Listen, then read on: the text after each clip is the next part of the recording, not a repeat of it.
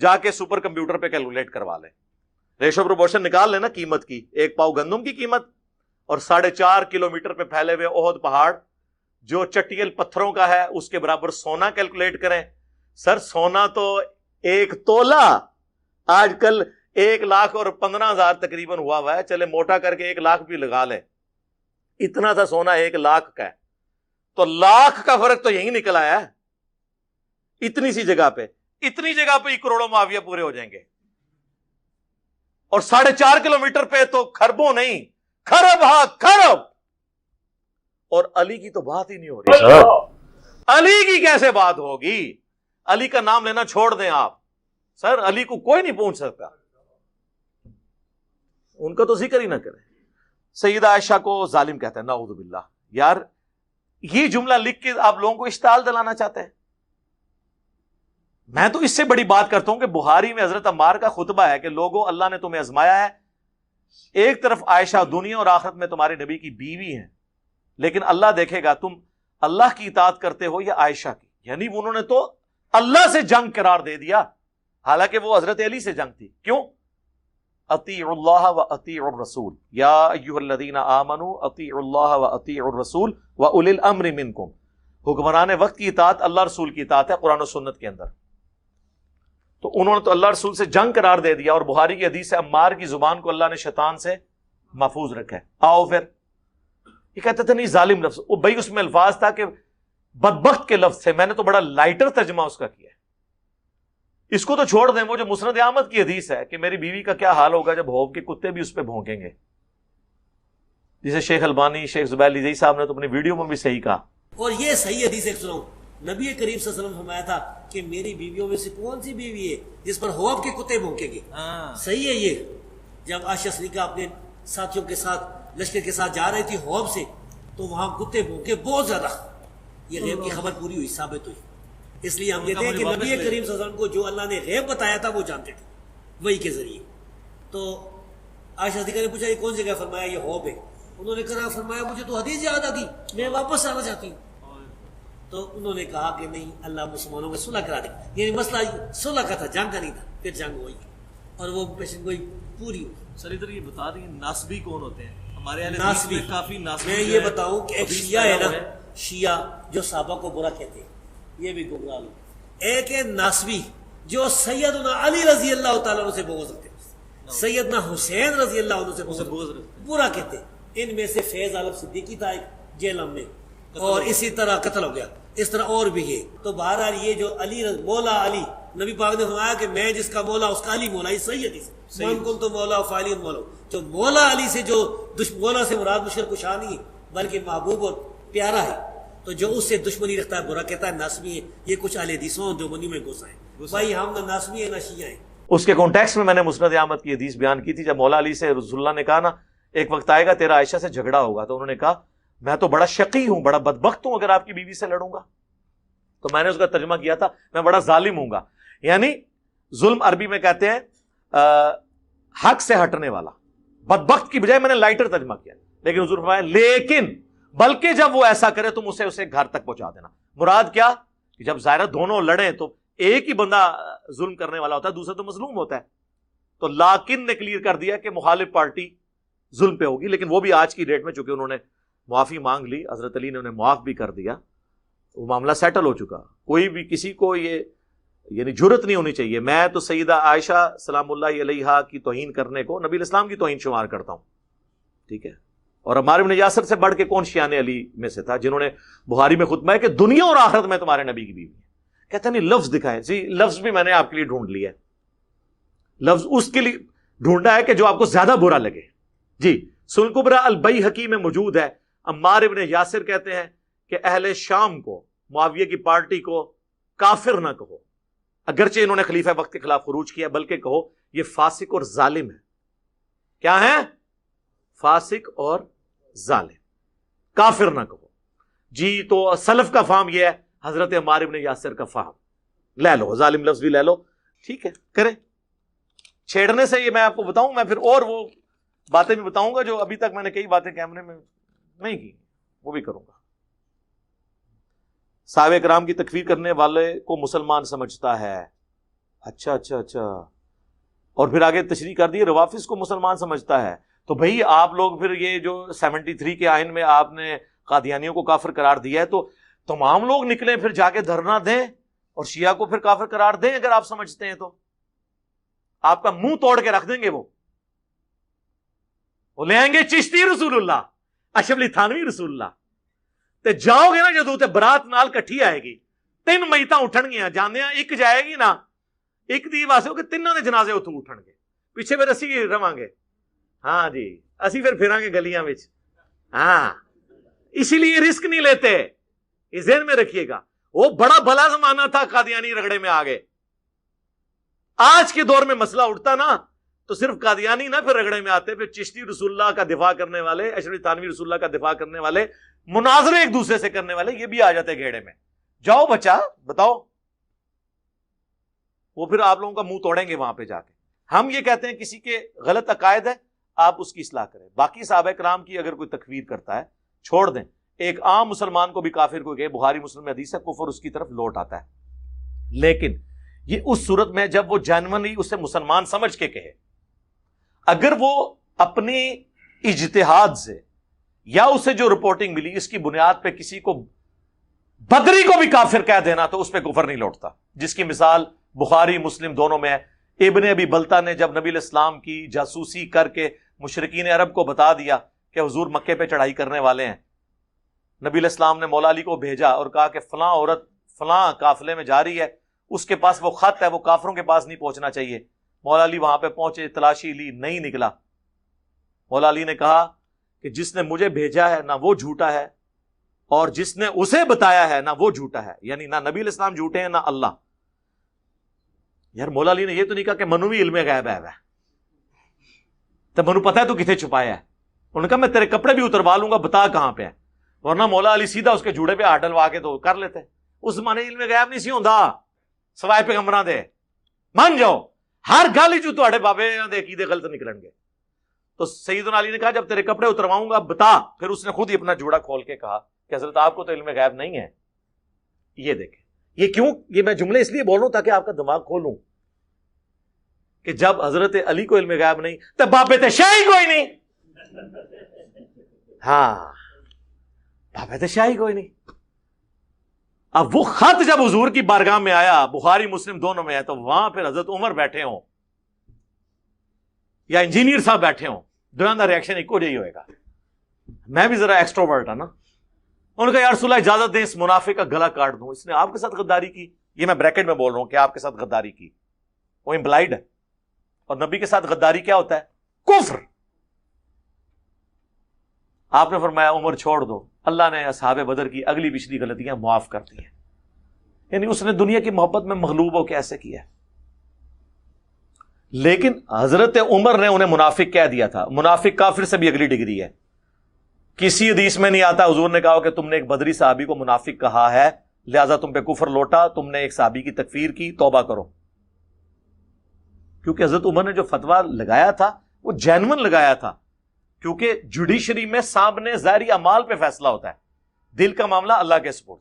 حضور کے زمانے میں دل میں فیصلہ ہوتا تھا، جو صحیح بخاری میں حضرت عمر کہتے ہیں جب تک حضور ہم میں موجود تھے وحی کی تائید سے ہم کسی کے زبان اور دل کے فرق کا اس کے اگینسٹ ہم کر لیتے تھے، لیکن اب جو کچھ ظاہر نظر آئے گا میں وہی فتویٰ لگاؤں گا. ہمیں نہیں پتا لوگوں کے دلوں میں کیا ہے.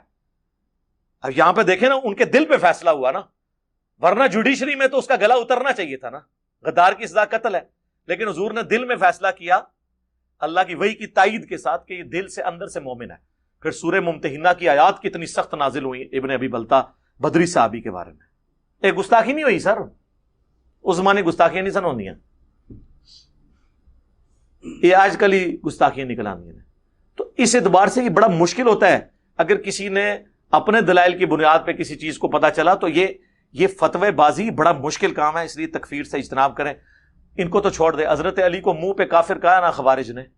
مجھے بتائیں کبھی حضرت علی نے کہا وہ خارجی کافر ہیں؟ نہیں. مصنف ابن ابی شیبہ میں پوچھا گیا یہ کافر نے کہا کافر تو نہیں، یہ تو کفر سے بھاگے ہیں اس گمان سے کہ میں کافر ہو گیا ہوں ان کی نظر میں. پوچھا گیا منافق ہیں؟ ان کا نہیں، قرآن تو کہتا ہے منافق تو اللہ کا بڑا تھوڑا ذکر کرتے ہیں، یہ تو اتنی لمبی نمازیں پڑھتے ہیں. تو اگر کوئی کافر بھی نہ ہو، منافق بھی نہ ہو، تو قرآن کے روح سے تیسری کیٹیگری کون سی ہے؟ مسلمان کی. ڈھیلا مسلمان ہو سکتا ہے لیکن ہوگا مسلمان.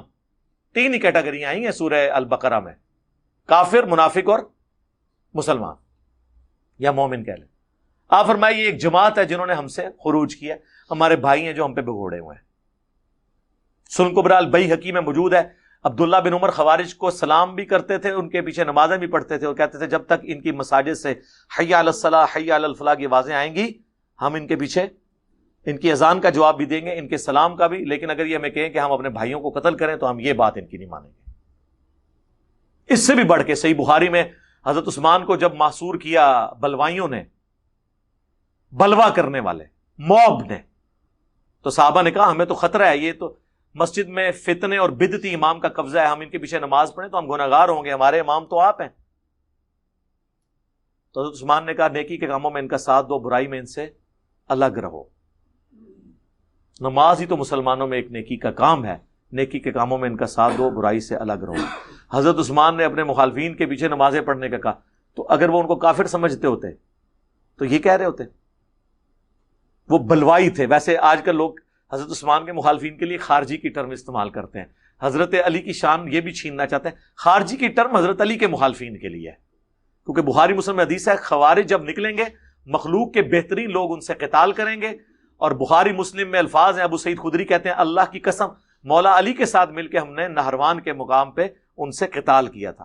خارجی کی ٹرم حضرت عثمان کے زمانے میں نہیں تھی. حضرت عثمان کے زمانے میں بلوائی تھے، اور ان میں سے کئی اصحاب شجرہ بھی تھے جو حضرت عثمان کی پالیسی سے اختلاف کرتے تھے. یہ پکڑ کے حضرت عثمان کے مخالفین کو خارجی کہتے ہیں. خارجی کی ٹرم ہی ان کے لیے استعمال نہیں ہوئی، بلوائی ہے. خارجی حضرت علی کے مخالفین ہیں، وہ اس لیے کرنا چاہتے ہیں حضرت عثمان کے پیچھے چھپنا چاہتے ہیں کیونکہ خود خارجی ہیں نا، اس لیے حضرت عثمان کے پیچھے بنو امیہ کو آپ نہیں چھپا سکتے. یہ دو بندے جو ہیں نا حضرت عثمان اور عمر بن عبدالعزیز، ان کے پیچھے بنو امیہ کے کرتوت نہیں چھپ سکتے. یہ دو اسی طریقے سے ہیں جس طرح آل فرعون میں موسیٰ. ہاں، ان کی مثالیں آپ نہ دیا کریں، ان کی تو شان ہی نرالی ہے. تو یہ تکفیر والا مسئلہ بھی آپ سمجھیں. روافظ کو مسلمان سمجھتا ہے، اس کو تو میں بیشتر ان کے معاملات میں حمایت کرتا ہے. میں ساروں کی حمایت کرتا ہوں، میں تو بریلویوں کی حمایت کرتا ہوں، میں دیوبندیوں کی حمایت کرتا ہوں، میں اہل حدیث کی سب سے زیادہ حمایت تو میں اہل حدیث کی کرتا ہوں، اور الحمدللہ سب سے زیادہ وہ میرے خلاف ہیں. نیچرل ہے، یہ قرآن میں بھی آیا ہے. مجھے بتائیں مسلمان یہودیوں کے زیادہ قریب تھے یا بت پرست مشرکین یہودیوں کے زیادہ قریب تھے؟ مسلمان. لیکن یہودی کہتے تھے مسلمانوں سے تو مشرک بہتر ہیں. کیوں؟ کیونکہ ان کی چودراہٹ مسلمانوں کی وجہ سے اسٹیک پہ لگی تھی. ان کو نہیں نظر آیا کہ مسلمان تو موسیٰ کو پیغمبر مان رہے ہیں اور مشرکین عرب تو آسمانی پیغمبروں کو مانتے ہی نہیں ہیں. لیکن ان کو پتا تھا کہ مشرکین عرب سے یہودیوں کو کوئی فرق نہیں پڑنا، لیکن مسلمانوں سے یہودیت کو فرق پڑے گا. اہل حدیثوں کو بھی پتا چلا ہے کہ بریلویوں سے، شیعہ سے، اہل حدیث کو کوئی فرق نہیں پڑنا دیوبندیوں سے. لیکن انجینئر صاحب جو باتیں کر رہے ہیں اس سے ہمارا فرقہ، وہ میں نے پہلے بتایا 2 فرقے مک گئے ہیں. ہاں ختم. یہ میری آپ پروفیسی یاد رکھیے گا علی وجہ بصیرت، کہ جب سے ہماری یہ دعوت لانچ ہوئی ہے کوئی بھی بریلوی دیوبندی اہل حدیث نہیں ہوا اس کے بعد. اب جتنے یہ نسلی ہیں، جتنے عرصہ یہ نسل چلے گی، کیونکہ اب جو کوئی بریلوی دیوبندی تحقیق شروع کرتا ہے وہ اہل حدیث نہیں ہو سکتا. کیوں؟ یہاں تو یزید کو بڑھا چڑھا کے پیش کرتے ہیں، حسین کو باغی کہتے ہیں، علی کو نیچے کرتے ہیں، بنو امیہ کو اوپر کرتے ہیں. تو وہ سوچتا ہے کہ اگر میں نے بریلویت اور دیوبندیت چھوڑی ہے بخاری مسلم کی وجہ سے، تو بخاری مسلم میں جو بنو امیہ کے خلاف باتیں ہیں میں وہ کیوں نہ مانوں، خالی رفع دین پہ شروع کروں.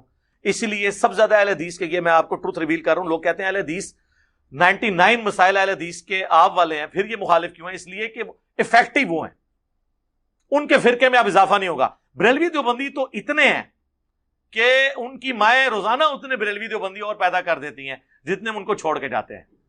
لیکن اہل حدیث تو بیچارے تھوڑے نو روڑا. اور دوسرا فرقہ شیعہ دا. شیعہ میں اب جتنا پڑھا لکھا طبقہ ہے نا، وہ متنفر تھا ان کی بدعات سے، ان کے ماتموں سے، ان کے جھولوں سے، اور ان کے صحابہ کرام کے بارے میں روڈ لینگویج یوز کرنے سے. ہاں بنو امیہ والا مقدمہ ان کا جینون تھا، وہ ہم نے مان لیا، اس لیے لوگ اللہ کا شکر ہے.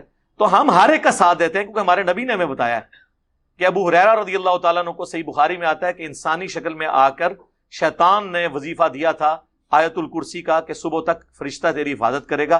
نبی علیہ السلام نے فرمایا 3 دنوں سے جو تیرا مہمان انسانی شکل میں ہے جھوٹا لیکن بات سچی کی ہے. تو بریلوی، دیوبندی، اہل حدیث، شیعہ اپنے کئی معاملات میں جھوٹے ہیں، اپنے عقائد کی خرابیوں کے باوجود کئی باتوں میں درست بھی ہیں. ان کو میں درست کہتا ہوں، جہاں پہ وہ غلط ہے میں ان کو غلط کہتا ہوں. تو میں اللہ کا شکر سب کی حمایت کرتا ہوں سچائی میں. محدثین پر احادیث چھپانے کا الزام لگاتا ہے. الزام کہاں سے لگا رہا ہوں میں نے تو آپ کو پریکٹیکلی ثبوت دے دیا ہے، اور اس کے بعد ان کی میں نے کوئی توہین نہیں کی ہے. ظاہر ہے کہ جب حکومت ہو بنو امیہ اور بنو عباس کے پاس تو اعلان حق بلند کرنا تو مشکل ہوتا ہے. اور میں نے آپ کو ثبوت دیا کہ امام ابو داؤد صحیح حدیث ہے 4131 ابو داؤد میں، مقدام بن مادی کرب کو جب امیر شام نے کہا کہ حسن فوت ہو گئے ہیں تو وہاں پہ وہ لکھتے ہیں ایک مرد نے کہا کہ تم حسن کے مرنے کو مصیبت سمجھتے ہو. تو مقدام کو پھر غصہ آیا، انہوں نے کہا کہ میں کیوں نہ حسن کی موت کو مصیبت سمجھوں. نبی علیہ السلام تو ایک طرف حضرت حسن کو اپنے اس پہ بٹھاتے تھے زانوں کے اوپر، کہتے تھے حسن مجھ سے ہے، حسین علی سے ہے، تو میں اس کے مرنے کو مصیبت نہ سمجھوں. تو ابو داؤد نے لکھا قال رجل، لیکن امام احمد نے لکھا قال معاویہ. یہ معاویہ نے کہا تھا کہ حسن کا مرنا کون سی مصیبت ہو گیا. تو پھر میں نے کہا کہ امام ابو داؤد نے صرف یہ یہاں پہ نہیں کیا، بلکہ ابو داؤد میں حدیث ہے جب فلاں شخص فلاں کو ملنے کوفے آیا تو حضرت علی پہ سب و شتم کروایا. وہ فلاں فلاں انہوں نے لکھا تو میں نے بتایا کہ امام ابو داؤد نے لکھا ہے، لیکن سنن نسائی الکبریٰ میں امام نسائی نے لکھا ہے جب حضرت معاویہ حضرت مغیرہ ابن شعبہ کو ملنے کوفے آئے تو انہوں نے خطبہ مقرر کی حضرت علی پہ سب و شتم کے لیے. تو میں نے یہ آپ کو پریکٹیکلی ثابت کیا ہے، الزام نہیں لگایا. الزام تو ہوتا ہے جو جھوٹا ہو. میں نے آپ کو بتایا کہ پریکٹیکلی ایسا ہوا ہے، لیکن اس کے بعد کسی کی توہین ہم نے نہیں کی ہے. ہمارے لیے تو یہ کافی ہے کہ انہوں نے فلاں کے ساتھ بھی روایتیں لکھ دی ہیں، ہم آپ کو بتا سکتے ہیں. امام بخاری نے حضرت علی علیہ السلام کے بارے میں لکھا، چلے سن لیں کہ حضرت علی رضی اللہ تعالیٰ علیہ السلام جب کوفے میں شفٹ ہوئے تو وہ اپنے چبوترے پہ بیٹھ کے لوگوں کو دینی مسائل سکھایا کرتے تھے. زور کی نماز پڑھی اور پھر عصر تک وہ مسائل سکھاتے رہے. شیعہ سے بھی میں کہتا ہوں کہ زور اثر جمع کرنا جائز ہے، الگ وقت میں پڑھنا افضل ہے. اور یہ شیعہ کے خود اپنے جواد نقوی صاحب کا بھی کلپ آیا تو یہ ان کے لیے بھی پھکی ہے. اس میں حضرت علی نے زور اثر الگ الگ وقت میں پڑھی ہے. تو عصر تک وہ مسائل سکھاتے رہے. پھر لوگوں کو انہوں نے وضو کر کے بتایا. وضو کیا، اس میں الفاظ ہیں کہ چہرہ دھویا، پھر دونوں ہاتھ کونیوں تک دھوئے. آگے آ کے راوی کے الفاظ ہیں کہ پھر راوی نے سر اور پاؤں کا بھی ذکر کیا. کیا ذکر کیا کہ سر اور پاؤں دھوئے یا مسح کیا؟ کوئی نہیں. یہاں بریکٹ لگا، یعنی یہاں پہ وہ فل سٹاپ لگا کے بات بیچ میں ایمبیگوس ہوگی. آگے پھر چلتی ہے حدیث. پھر حضرت علی نے وضو کا بچا ہوا پانی کھڑے ہو کر پیا اور کہا اہل کوفہ میں معیوب تم لوگ سمجھتے ہو نا کھڑے ہو کے پانی پینے کو، میں نے نبی علیہ السلام کو اسی طریقے سے وضو کے بعد کھڑے ہو کر پانی پیتے ہوئے دیکھا ہے، لہذا کھڑے ہو کے پانی پینا جائز ہے. اسی حدیث کی بنیاد پہ ہم مسلم کی اس حدیث کو منسوخ سمجھتے ہیں جو نبی علیہ السلام نے فرمایا کہ جو کھڑے ہو کر پانی پیے وہ کیا کر دے. وہ حدیث منسوخ ہے، بعد میں حضور نے اجازت دی اور یہ بہت بڑی امت کے لیے ایک سہولت ہے. عمومی عمل بیٹھ کے ہی پانی ہے، لیکن کھڑے ہو کے پینا بھی سنت ہے. اور اس میں یہ بھی قید نہیں کہ وضو کا بچا ہوا ہو یا نہ ہو. وضو کا بچا ہوا کوئی زمزم تو نہیں بن جاتا، وہ بھی پانی ہے. حضرت علی نے مطلقاً ذکر کیا. اب یہ اتنی لمبی حدیث میں وضو کا جب طریقہ آیا نا، وہاں پہ صحیح بخاری میں آتا ہے کہ حضرت علی نے چہرہ دھویا، دونوں ہاتھ کونیوں تک دھوئے. اس کے بعد آتا ہے پھر سر اور پاؤں کا ذکر کیا. راوی نے کیا ذکر کیا؟ دھوئے کے مسا کیا. یہی تو رولا بڑے ہیں سونی یہ مسئلہ یہ حل ہو جائے کہ مولا علی نے وضو کیڑا کیتا سی. وہ مسند ابی داؤد طیالسی کے اندر سیم 100% یہی سند ہے جو امام بخاری کی ہے، بلکہ اس سے بھی اعلی سند ہے. امام بخاری اور حضرت علی کے درمیان جتنے واسطے ہیں نا، ان میں سے ایک واسطہ کم ہے، باقی 100% ڈیٹو کاپی ہے اس سند کی. وہی 100% سند ہے، ایک لفظ کا بھی فرق نہیں ہے. وہاں پہ موجود ہے کہ حضرت علی نے چہرہ دھویا، دونوں ہاتھ کونیوں سمیت دھوئے، پھر سر کا مسح کیا اور پھر پاؤں کا مسح کیا. چہرہ دھویا, دونوں ہاتھ کونیوں سمیت دھوئے, پھر سر کا مسح کیا اور پھر پاؤں کا مسح کیا. جبکہ صحیح بخاری میں کیا ہے کہ چہرہ دھویا, دونوں ہاتھ کونیوں تک دھوئے, پھر راوی نے سر اور پاؤں کا بھی ذکر کیا. کیا ذکر کیا نہیں لکھا ہوا. تو ایک جگہ کہیں حدیث چھپتی ہے, دوسری جگہ آ جاتی ہے. یہ چھپانے کا الزام نہیں ہے, ریالٹی ہے. اور اس کی وجہ سے کوئی بندہ زیرو سے ملٹیپلائی نہیں ہو گیا, یہ ذہن میں رکھیے گا. پتہ نہیں کیا مجبوریاں ہوں, کیا معاملات ایسے ہوں, اس لیے آپ چیزوں کو سمجھا کریں. تو میں یہ کوئی الزامات نہیں لگاتا, میں پریکٹیکلی بتاتا ہوں. اور اس کے بعد یار اگر میں ان لوگوں کو نعوذ باللہ سے نفرت کروں تو میں ان کی کتابیں یہاں پہ رکھوں یار. ہم سے پہلے تو بخاری مسلم کو جانتا ہی کوئی نہیں تھا. مولوی بھی خالی آپ پہ روب ڈالتے تھے ہر حدیث کے آگے بخاری شریف, نہ انہوں نے کبھی بخاری سے کوئی نمبر بتایا. ٹھیک ہے جی, ہمارے جا کے کوالٹی اسکول میں پڑھایا جاتا تھا کہ بخاری کوئی ہوتی ہے. میں نے انجینئرنگ یونیورسٹی میں پہلی دفعہ بخاری دیکھی تھی, انجینئرنگ یونیورسٹی میں جا کے. یہ میں آپ کو 95 کی بات کر رہا ہوں. زمانے میں تو آپ سوچ سکتے ہیں نا, آج ہمارے بچوں کو بھی پتا ہے کہ بخاری شریف میں کیا لکھا ہوا ہے. بخاری میں 2812 کیا ہے, عمار کو باغی جماعت قتل کرے گی. مسلم میں 240 علی سے محبت نہیں رکھے گا مگر مومن, علی سے بغض نہیں رکھے گا مگر منافق. نمبروں کے ساتھ حدیثیں پتہ ہے. تو ہمیں کوئی کہے گا کہ ہم نعوذ باللہ محدثین پہ قادیانیوں کو صرف اس لیے کافر کہتا ہے کہ وہ اسے کافر سمجھتے ہیں. شکر ہے جی آپ نے یہ سچی بات لکھی ہے کہ میں قادیانیوں کو کافر سمجھتا ہوں. ابھی تک تو کہہ رہے تھے قادیانیوں کو کافر نہیں سمجھتا. اچھا, دوسرا یہ آدھا جملہ ہے, یہ میں نے تعلیق بالمحال پیش کی تھی, یہ قرآن میں بھی ہے. قل ان کان للرحمن ولد فانا اول العابدین. اے نبی تم فرماؤ بالفرض اگر اللہ کا کوئی بیٹا ہوتا تو سب سے پہلے میں اسے پوج رہا ہوتا. تو اس کا کیا مطلب ہے کہ قرآن یہ کہنا چاہتا ہے کہ اللہ کا بیٹا ہے؟ اسے کہا جاتا ہے تعلیق بالمحال. چونکہ وہ پاسبل نہیں لہذا یہ بھی پاسبل نہیں. میں نے یہ آیت کوٹ کر کے کہا تھا میں بھی آپ کے سامنے ایک تعلیق بالمحال رکھتا ہوں کہ اگر قادیانی مجھے مسلمان سمجھ لیں تو میں بھی انہیں مسلمان سمجھ لوں گا. جس طرح قرآن کہتا ہے کہ اگر اللہ کا کوئی بیٹا ہوتا تو رسول اللہ اس کی عبادت کرتے, تو اللہ کا تو بیٹا ہونا ہی نہیں ہے, لم یلد ولم یولد. اور پھر میں نے کہا تھا یہ میں انٹلیکچوئل جملہ بول رہا ہوں اس لیے کہ تاکہ آپ کو بتاؤں کہ قادیانی کس طرح بھاگتے ہیں اس جملے سے. وہ مظلوم بنے ہوئے ہیں حالانکہ ظالم ہیں. ہمیں کہتے ہیں ہم ان کی تکفیر کرتے ہیں, وہ ہم سب کی تکفیر کرتے ہیں. تو میں نے کہا تھا کہ اس جملے کی آپ انٹینسٹی کو سمجھیں کہ قادیانی جب مجھے مسلمان سمجھیں گے تو اس کا کیا مطلب ہے کہ غلام احمد قادیانی کو وہ پیغمبر نہیں مانیں گے, کیونکہ ایک پیغمبر کا انکار بھی سارے پیغمبروں کا انکار ہے. تو میں تو غلام احمد قادیانی کو دجال سمجھتا ہوں.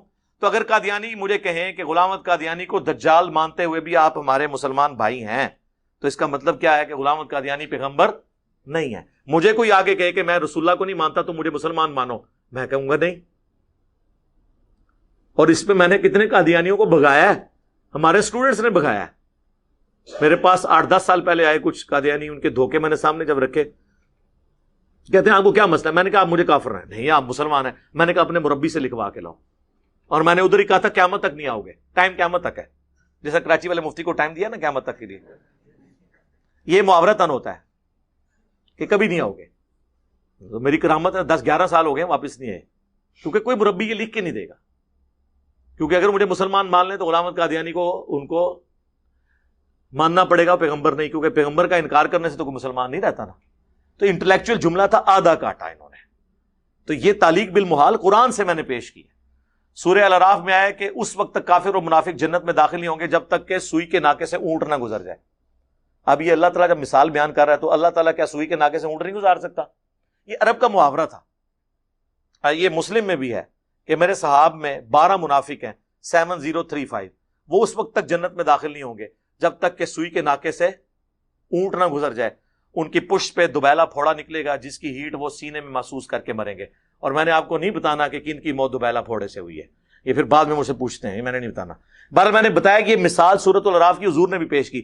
اب اس کے بعد کوئی کہے کہ جی قرآن نے یہ کہہ دیا کہ قیامت والے دن سوئی کے ناکے سے اونٹ گزرے گا اور سارے کافر جنت میں چلے جائیں گے. نہیں, یہ تعلیق بالمحال ہے کہ جس طرح تمہارے فزیکل ورلڈ میں یہ امپاسبل ہے نا, اس طرح اللہ کے ہاں بھی یہ چیز ایسے نہیں ہوگی. کبھی بھی کافر, اللہ کے منکرین, انبیاء کے مخالفین جنت میں نہیں جائیں گے. لیکن سر یہ ساری علمی بات ہے. میں آپ کو بتاؤں, میں آپ کو علماء کی تخصص PhD لیول کی باتیں عام فہم کر کے سمجھا رہا ہوں.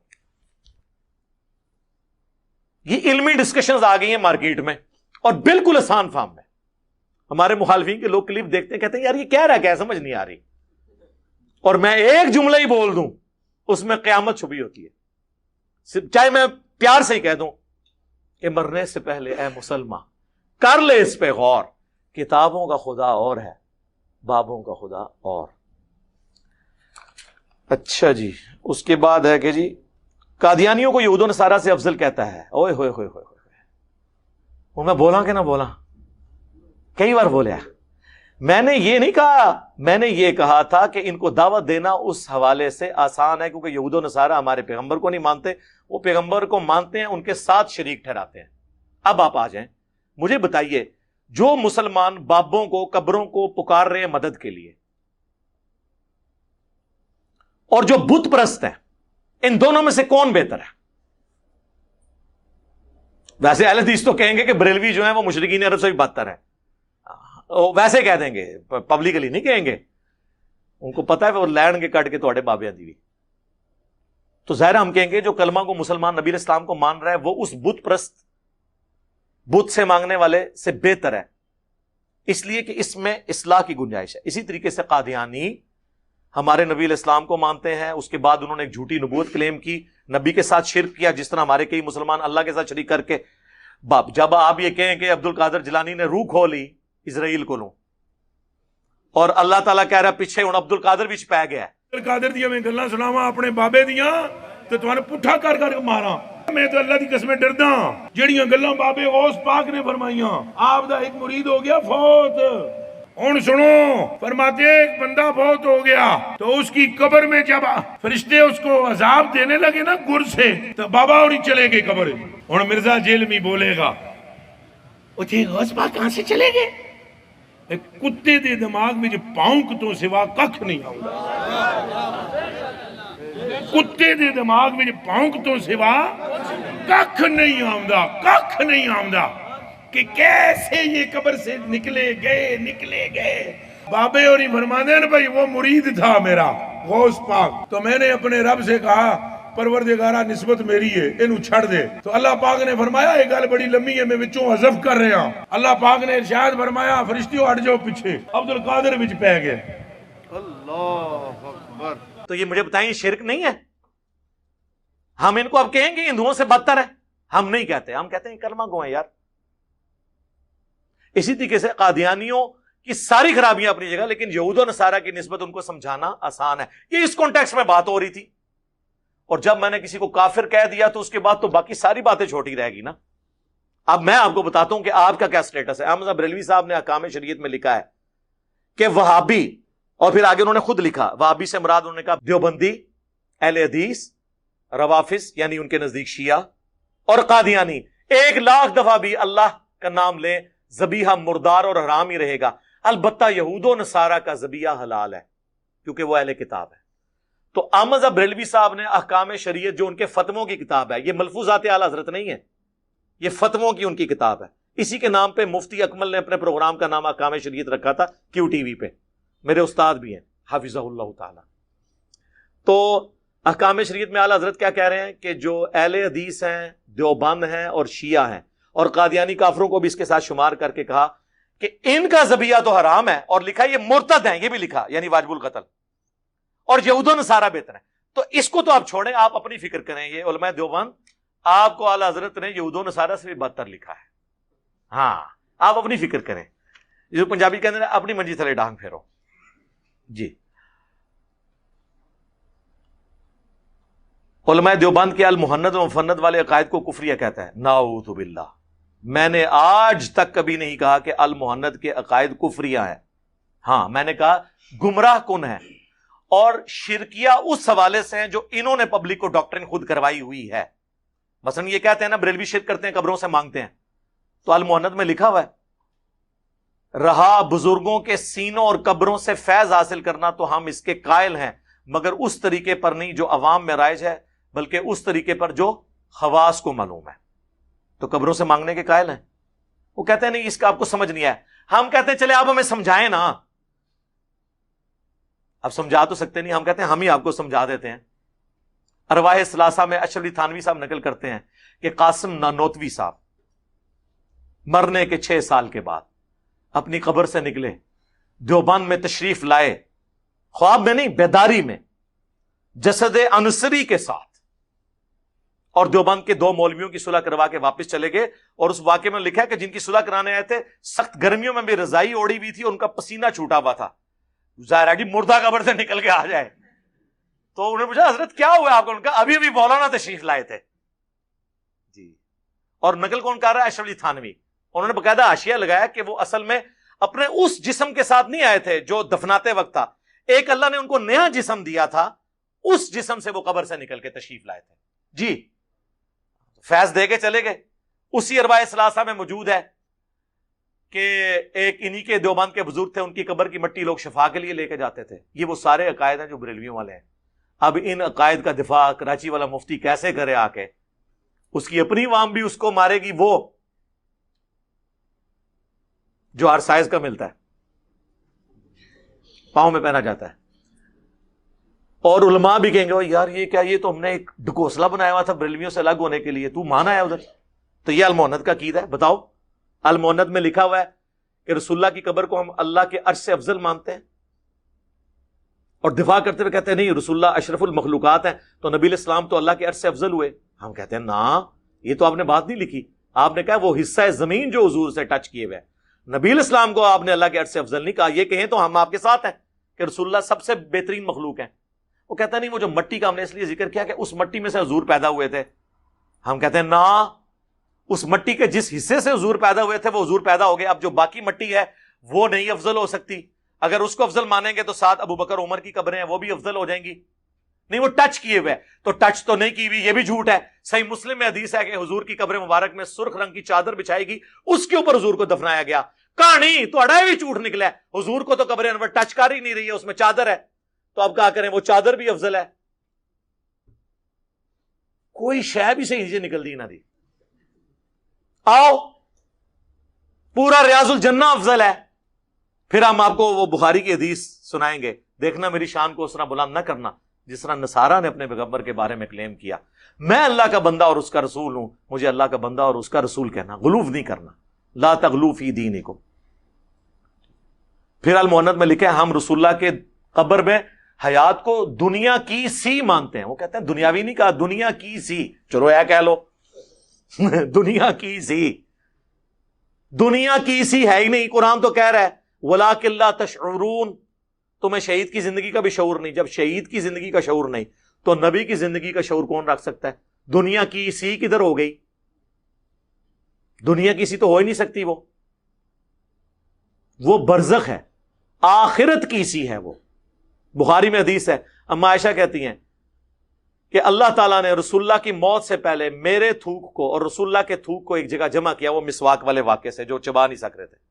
اس دن جو رسول اللہ کی دنیا کی زندگی کا آخری دن اور آخرت کی زندگی کا پہلا دن تھا. ہم حیات نبی کو مانتے ہیں، آخرت کی، دنیا کی نہیں. آج بھی قبر مبارک کھولیں تو آپ کو نبی علیہ السلام نماز پڑھتے ہوئے نظر نہیں آئیں گے. وہ اسی حالت میں دفنائے ہوئے نظر آئیں گے جو 1400 سال پہلے، جسم مبارک بالکل سلامت. وہ نمازیں پڑھنا بھی جو مسند ابی یعلا میں آیا وہ برزخی ہے. صحیح مسلم میں آیا میں نے موسیٰ علیہ السلام کو ان کی قبر میں نماز پڑھتے ہوئے دیکھا، برزخی ہے، آخرت کا ہے. پھر المحند کے اندر جو اسام الارمین میں جن باتوں پہ کفریہ فتوے تھے ان کا جھوٹا دفاع کیا ہوا ہے آپ لوگوں نے. اور آپ کے ایک بابا جی جس نے تقریر لگائی اس نے تو کہا ہمارا یہ عقیدہ ہے کہ نبی علیہ السلام اپنی وفات کے بعد بھی دنیا میں جہاں چاہیں کونوں مقام میں تصرف فرما سکتے ہیں. تو یہ تو بریلوی کہتے ہیں. تو بریلوی دو بندی بھی دونوں ایک ہو جائیں گے انشاءاللہ. ہو گئے میں بلکہ. علماء کرام پر تان و تشنیع، بہتان درازی اس کا معمول ہے. یہ ایک بات ہے جس کو میں انڈورس کرتا ہوں بالکل. لیکن یہ تان تشنیع بہتان درازی نہیں ہے، ریالٹی. یہ بہتان کا لفظ کہتے ہیں کہ علماء کے چھپے ہوئے حقائق پبلک کے سامنے بیان کرتا ہے. ٹھیک ہے. لفظ اللہ کو معاذ اللہ محمل کہتا ہے. یار خدا کے لیے میں نے یہ کہا تھا کہ صرف اللہ نہ بولیں آپ. نبی علیہ السلام نے ایٹریبیوٹس کے ساتھ ہمیشہ اللہ کا نام لیا ہے. کوئی ایک وظیفہ مجھے حضور کا دکھائیں جس میں صرف لفظ اللہ ہو. میں کوئی اللہ کی توہین نہیں کر رہا تھا، میں کہہ رہا تھا کہ اللہ کوئی مکمل جملہ نہیں ہے، یہ نام ہے. جب تک آپ جملہ مکمل نہیں کریں گے، عربی لنگوسٹک کے پوائنٹ آف ویو سے میں بات کر رہا تھا. اللہ صرف کہیں گے تو اس کا کیا مطلب ہوگا؟ دی الہ، وہ جس کی پوجا کی جائے. لیکن یہ جملہ نہیں مکمل ہوا، یہ نام ہے. اللہ اکبر، اب جملہ مکمل ہوا. تمام بڑائیاں اللہ کے لیے ہیں، یہ اللہ بڑا ہے. سبحان اللہ، پاکی اللہ کے لیے. لا الہ الا اللہ، اللہ کے سوا کوئی معبود نہیں. لا حول ولا قوت الا باللہ، نہیں ہے طاقت گناہوں سے بچنے کی اور نہ ہمت نیکیاں کرنے کی مگر اس کی توفیق سے. تو میں نے کہا تھا نبی علیہ السلام نے آج تک جتنے وظیفے تعلیم کیے ان میں اللہ نہیں تعلیم کیا، اللہ کو ایٹریبیوٹ کے ساتھ ذکر کیا ہے. لہذا صرف یہ صوفیاء جو اللہ اللہ یہ کرتے ہیں، یہ بدعت ہے ذکر کرنا اس طریقے سے. اس نے پکڑ کے اس کی اللہ کی توہین بنا دی ہے. کسی نے چھلانگ ماری، اس نے کہا کہ نہیں، وہ مسلم میں ایک حدیث ہے، جب تک دنیا میں ایک بھی اللہ اللہ کہنے والا موجود ہے قیامت قائم نہیں ہوگی. مسلم میں اس سے انہوں نے اللہ اللہ کا ذکر ثابت کر دیا. یہ تو محاورتاً بات ہو رہی ہے کہ جب تک اللہ کا کوئی یاد کرنے والا موجود ہے اس وقت تک قیامت نہیں آئے گی. اس سے یہ کہاں ثابت ہو گیا کہ نبی علیہ السلام نے اللہ اللہ صرف اللہ کے نام کو ذکر کرنے کی ترغیب دی ہے؟ یہ تو محاورتاً ہے، جس طرح ہم بھی کہتے ہیں یہاں ہم اللہ رسول کو یاد کرنے بیٹھے ہوئے ہیں. جب تک بیٹھتے ہیں اللہ رسول کا نام لیتے ہیں. اس کا مطلب آپ یہ سمجھیں گے کہ میں 2 گھنٹے سے کہہ رہا ہوں اللہ رسول اللہ رسول اللہ رسول، یہ کہہ رہا ہوں، یہ مطلب لیں گے؟ نہیں، آپ کہیں گے ان کا ذکر خیر. اس طرح حضور جب کہہ رہے تھے نا کہ دنیا میں جب بھی ایک بندہ بھی موجود ہے اللہ اللہ کرنے والا، یعنی اللہ کا ماننے والا، اس کی عبادت کرنے والا.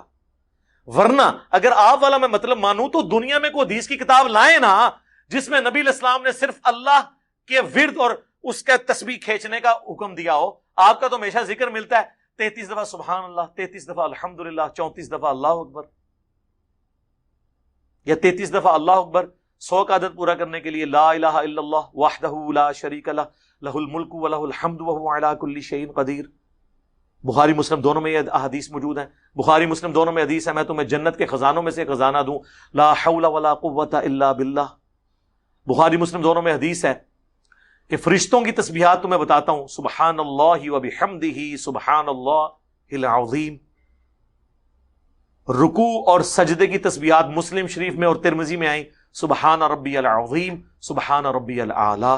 اور مجھے آپ کو ایک ذکر بتائیں بھی تو صحیح نا، کوئی شے کٹ کے تو لے آؤ نا، پھر میرے تے اعتراض کرو. یہ کہہ رہے کہ میں نے اللہ کے لفظ کی توہین کر دی ہے. اللہ کا نام پرفیکٹ ہے اپنی جگہ، لیکن ایٹریبیوٹس کے ساتھ اس کا ذکر کیا جائے گا. ٹھیک ہو گیا؟ یہ تھا.